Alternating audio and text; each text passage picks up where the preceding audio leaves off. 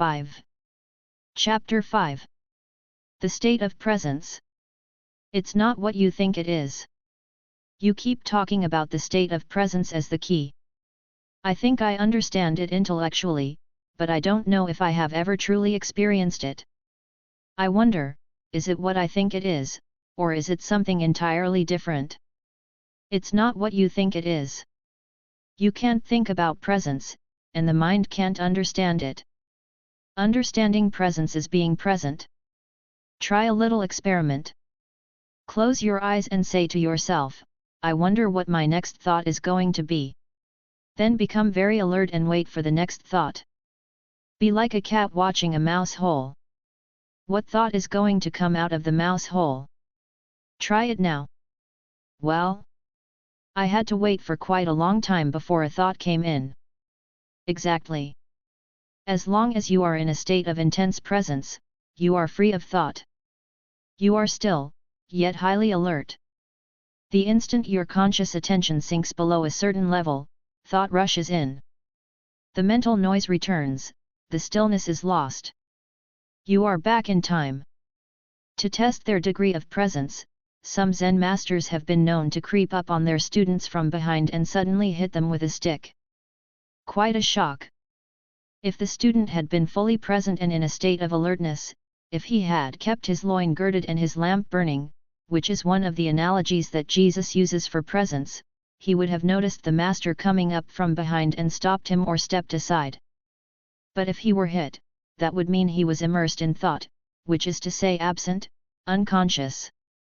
To stay present in everyday life, it helps to be deeply rooted within yourself, otherwise, the mind, which has incredible momentum, will drag you along like a wild river. What do you mean by rooted within yourself? It means to inhabit your body fully.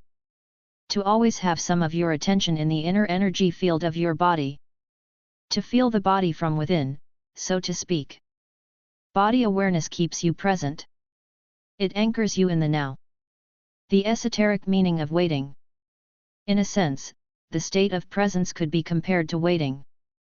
Jesus used the analogy of waiting in some of his parables. This is not the usual bored or restless kind of waiting that is a denial of the present and that I spoke about already.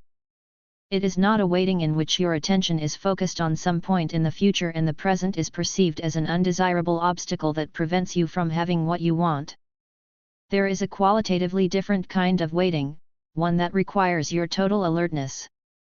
Something could happen at any moment, and if you are not absolutely awake, absolutely still, you will miss it. This is the kind of waiting Jesus talks about. In that state, all your attention is in the now. There is none left for daydreaming, thinking, remembering, anticipating. There is no tension in it, no fear, just alert presence. You are present with your whole being, with every cell of your body. In that state, the you that has a past and a future, the personality if you like, is hardly there anymore. And yet nothing of value is lost. You are still essentially yourself. In fact, you are more fully yourself than you ever were before, or rather it is only now that you are truly yourself. Be like a servant waiting for the return of the master, says Jesus. The servant does not know at what hour the master is going to come. So he stays awake, alert, poised, still, lest he miss the master's arrival. In another parable, Jesus speaks of the 5 careless, unconscious, women who do not have enough oil, consciousness, to keep their lamps burning, stay present, and so miss the bridegroom, the now, and don't get to the wedding feast, enlightenment. These 5 stand in contrast to the 5 wise women who have enough oil, stay conscious. Even the men who wrote the Gospels did not understand the meaning of these parables, so the first misinterpretations and distortions crept in as they were written down. With subsequent erroneous interpretations, the real meaning was completely lost. These are parables not about the end of the world but about the end of psychological time. They point to the transcendence of the ego mind and the possibility of living in an entirely new state of consciousness. Beauty arises in the stillness of your presence. What you have just described is something that I occasionally experience for brief moments when I am alone and surrounded by nature. Yes. Zen masters use the word satori to describe a flash of insight, a moment of no mind and total presence. Although satori is not a lasting transformation, be grateful when it comes, for it gives you a taste of enlightenment. You may, indeed, have experienced it many times without knowing what it is and realizing its importance. Presence is needed to become aware of the beauty, the majesty, the sacredness of nature. Have you ever gazed up into the infinity of space on a clear night? Yes, but only as seen from the limited perspective of the manifested universe. In the Bible, God declares, "I am the Alpha and the Omega, and I am the living one." In the timeless realm where God dwells, which is also your home, the beginning and the end, the Alpha and the Omega, are one, and the essence of everything that ever has been and ever will be is eternally present in an unmanifest state of oneness and perfection, totally beyond anything the human mind can ever imagine or comprehend. In our world of seemingly separate forms, however, timeless perfection is an inconceivable concept. Here even consciousness, which is the light emanating from the eternal source, seems to be subject to a process of development, but this is due to our limited perception. It is not so in absolute terms. Nevertheless, let me continue to speak for a moment about the evolution of consciousness in this world. Everything that exists has being, has God essence, has some degree of consciousness. Even a stone has rudimentary consciousness, otherwise, it would not be, and its atoms and molecules would disperse. Everything is alive. The sun, the earth, plants, animals, humans, all are expressions of consciousness in varying degrees, consciousness manifesting as form. The world arises when consciousness takes on shapes and forms, thought forms, and material forms. Look at the millions of life forms on this planet alone. In the sea, on land, in the air, and then each life form is replicated millions of times. To what end?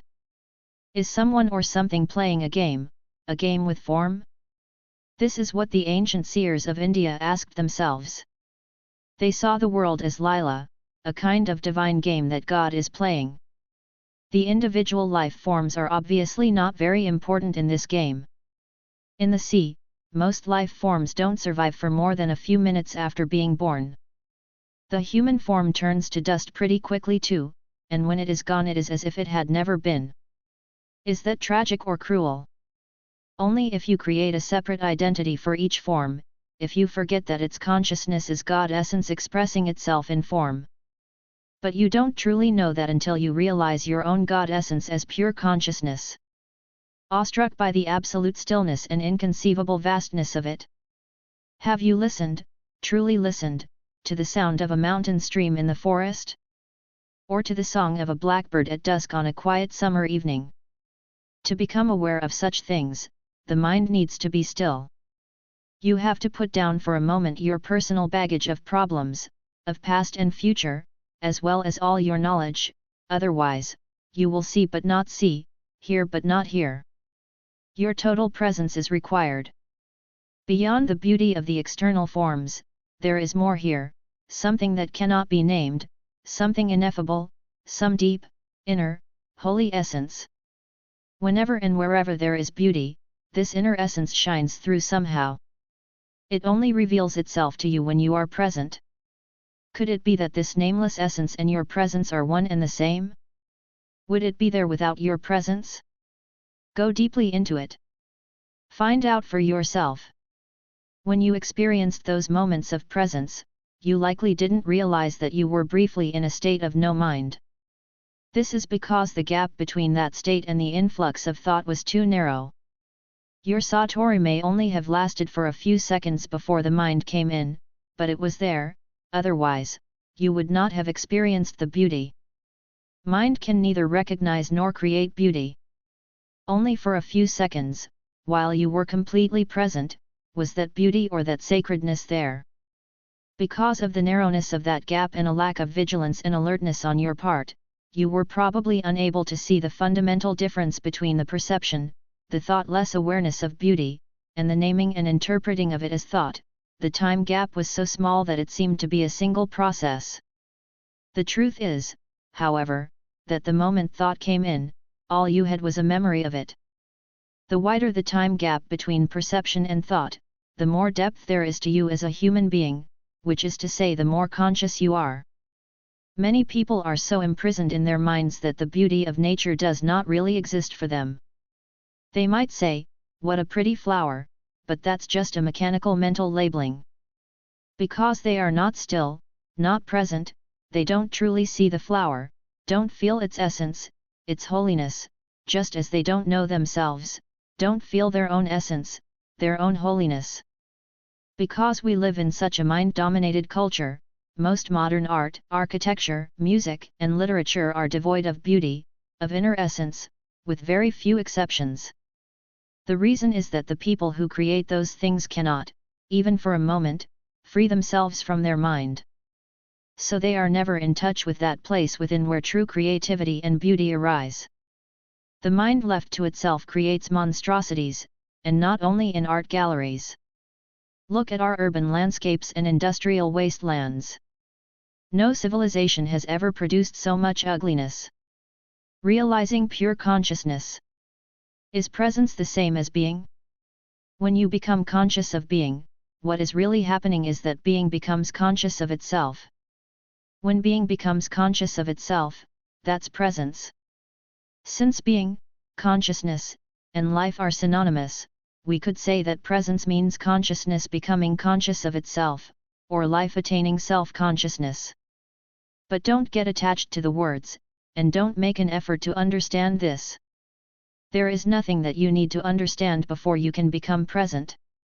I do understand what you just said, but it seems to imply that being, the ultimate transcendental reality, is not yet complete, that it is undergoing a process of development. Does God need time for personal growth? If a fish is born in your aquarium and you call it John, write out a birth certificate, tell him about his family history, and 2 minutes later he gets eaten by another fish, that's tragic. But it's only tragic because you projected a separate self where there was none. You got hold of a fraction of a dynamic process, a molecular dance, and made a separate entity out of it. Consciousness takes on the disguise of forms until they reach such complexity that it completely loses itself in them.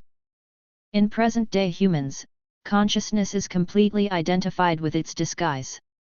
It only knows itself as form and therefore lives in fear of the annihilation of its physical or psychological form.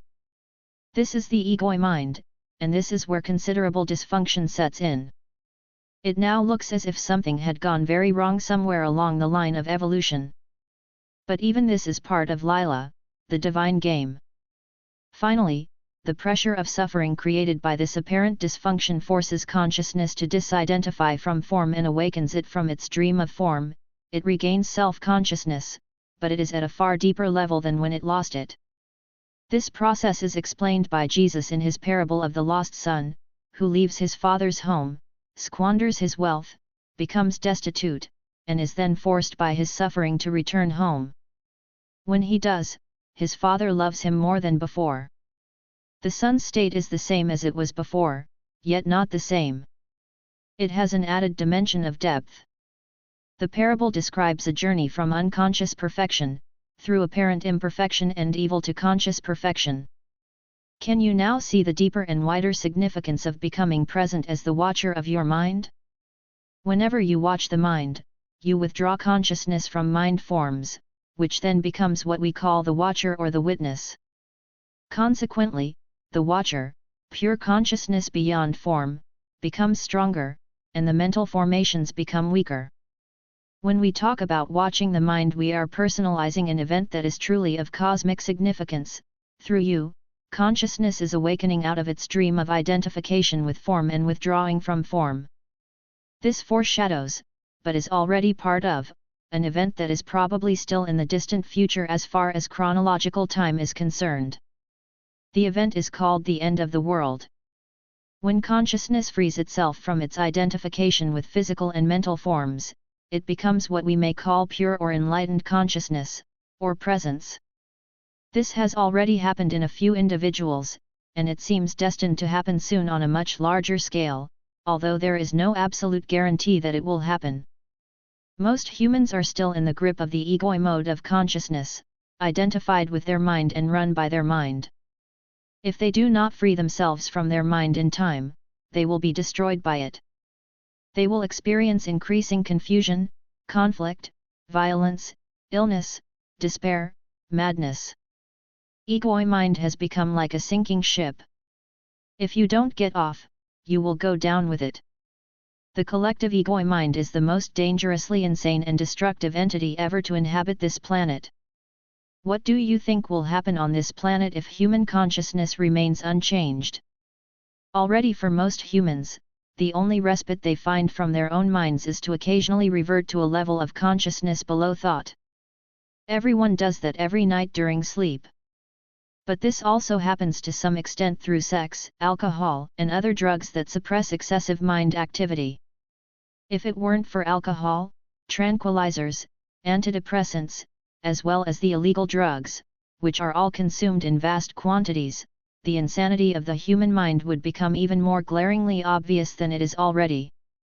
I believe that, if deprived of their drugs, a large part of the population would become a danger to themselves and others. These drugs, of course, simply keep you stuck in dysfunction.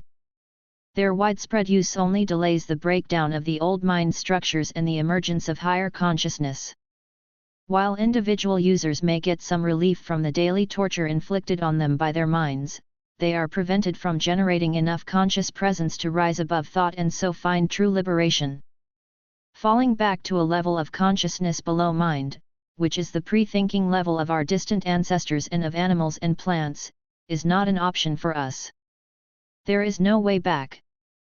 If the human race is to survive, it will have to go on to the next stage. Consciousness is evolving throughout the universe in billions of forms.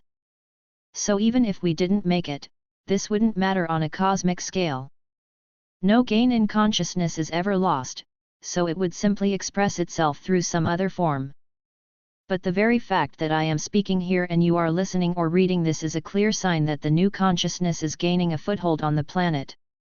There is nothing personal in this. I am not teaching you. You are consciousness, and you are listening to yourself. There is an Eastern saying, the teacher and the taught together create the teaching. In any case, the words in themselves are not important. They are not the truth, they only point to it. I speak from presence, and as I speak, you may be able to join me in that state. Although every word that I use has a history, of course, and comes from the past, as all language does, the words that I speak to you now are carriers of the high energy frequency of presence, quite apart from the meaning they convey as words. Silence is an even more potent carrier of presence, so when you read this or listen to me speak, be aware of the silence between and underneath the words. Be aware of the gaps. To listen to the silence, wherever you are, is an easy and direct way of becoming present. Even if there is noise, there is always some silence underneath and in between the sounds.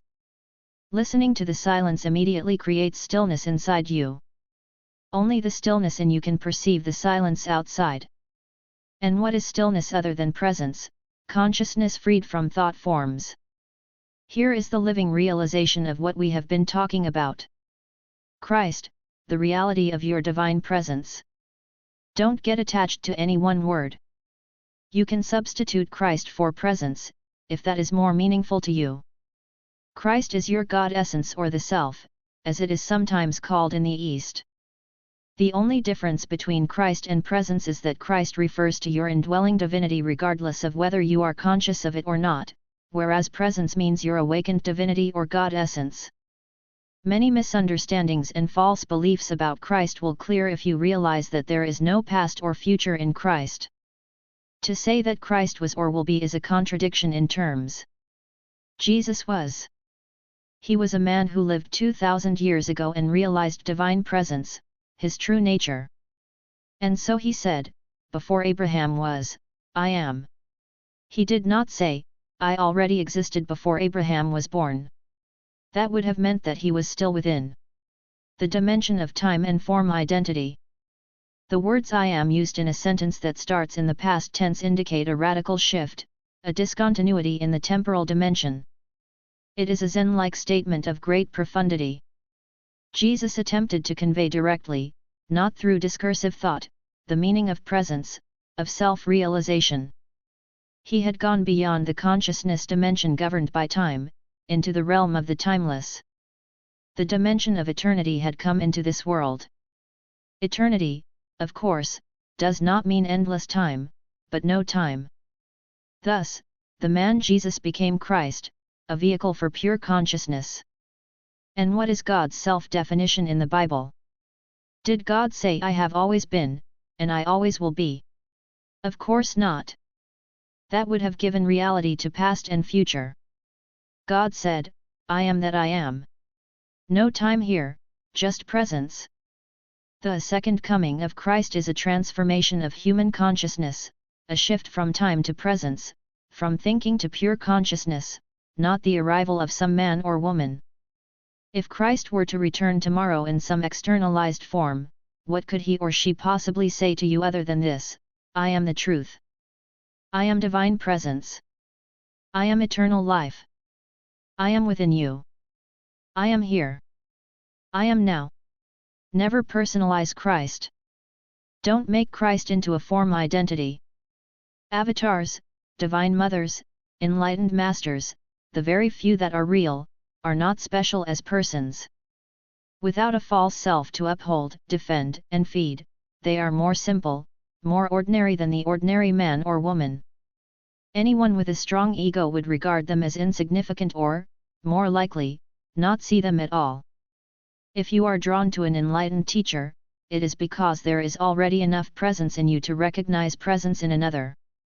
There were many people who did not recognize Jesus or the Buddha, as there are and always have been many people who are drawn to false teachers. Egos are drawn to bigger egos. Darkness cannot recognize light. Only light can recognize light. So don't believe that the light is outside you or that it can only come through one particular form. If only your master is an incarnation of God, then who are you? Any kind of exclusivity is identification with form, and identification with form means ego, no matter how well disguised. Use the master's presence to reflect your own identity beyond name and form back to you and to become more intensely present yourself. You will soon realize that there is no mine or yours in presence. Presence is one. Group work can also be helpful for intensifying the light of your presence. A group of people coming together in a state of presence generates a collective energy field of great intensity. It not only raises the degree of presence of each member of the group but also helps to free the collective human consciousness from its current state of mind dominance. This will make the state of presence increasingly more accessible to individuals. However, unless at least one member of the group is already firmly established in it and thus can hold the energy frequency of that state, the ego mind can easily reassert itself and sabotage the group's endeavors.